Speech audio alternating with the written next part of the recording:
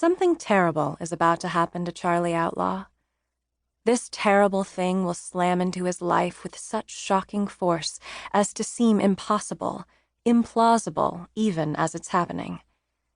If we could reach into his story and warn him, he'd struggle to believe us. For the last 3 weeks, Charlie has been so miserable that it's hard for him to imagine his life could get worse. Also, he is famous, and people tell him all manner of untrue things. Charlie Outlaw is an actor, currently the male lead of a hit television drama.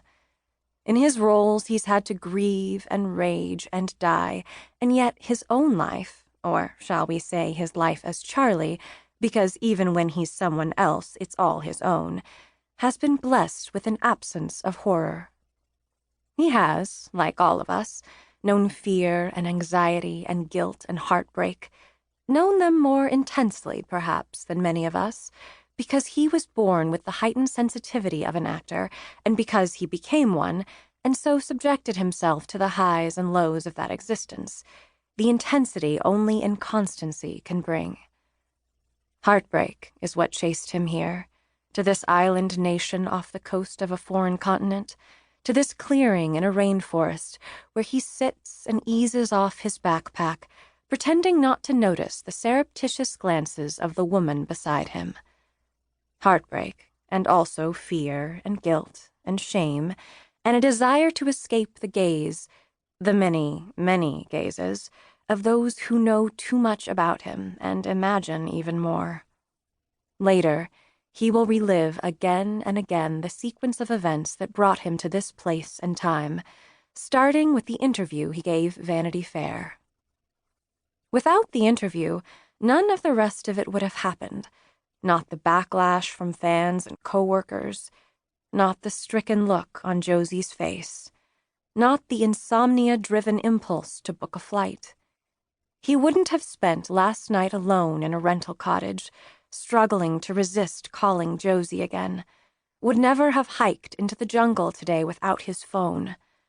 A person to whom something terrible has happened is as obsessed with causality as any plotter of stories.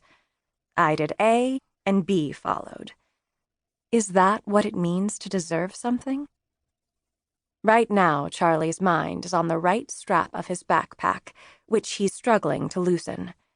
His pack is very full because he's planned an overnight hike, 11 miles of walking today, and then a night, maybe 2, spent under the stars on an otherwise inaccessible beach, and then 11 miles back again. There are a handful of other hikers in the clearing, napping, eating, adjusting the laces on their boots, and though he intends no conversation, he's glad to see them. He dislikes solitude, but he has chosen it, as penance, as quest. He has to remember he's a person, not a compendium of other people's opinions. He has to remember who he is when he's alone. The woman beside him turns out, when he glances at her, to be quite beautiful. She goes on watching as he fiddles with his strap. There are only 3 reasons to observe him performing this extremely uninteresting task. 1, she knows who he is. 2, she thinks he's attractive. Or 3, she's bored. All of the above is also a possible answer.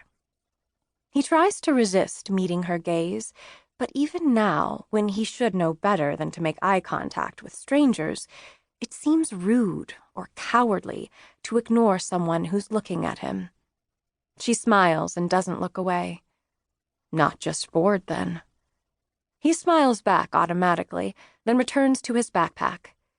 Please don't talk to me, he thinks, but he can tell she's going to. For quite some time now, possibly his whole life, a good deal of Charlie's processing power has been devoted to reading other people's reactions. He's highly attuned to the feelings of others, an instinct that can have the eerie accuracy of telepathy. He can usually tell what someone wants from him, and most of the time he tries to provide it.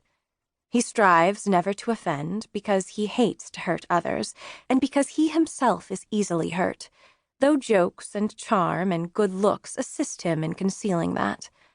Of course, in trying to please one person, a reporter, for instance, you might offend everyone else.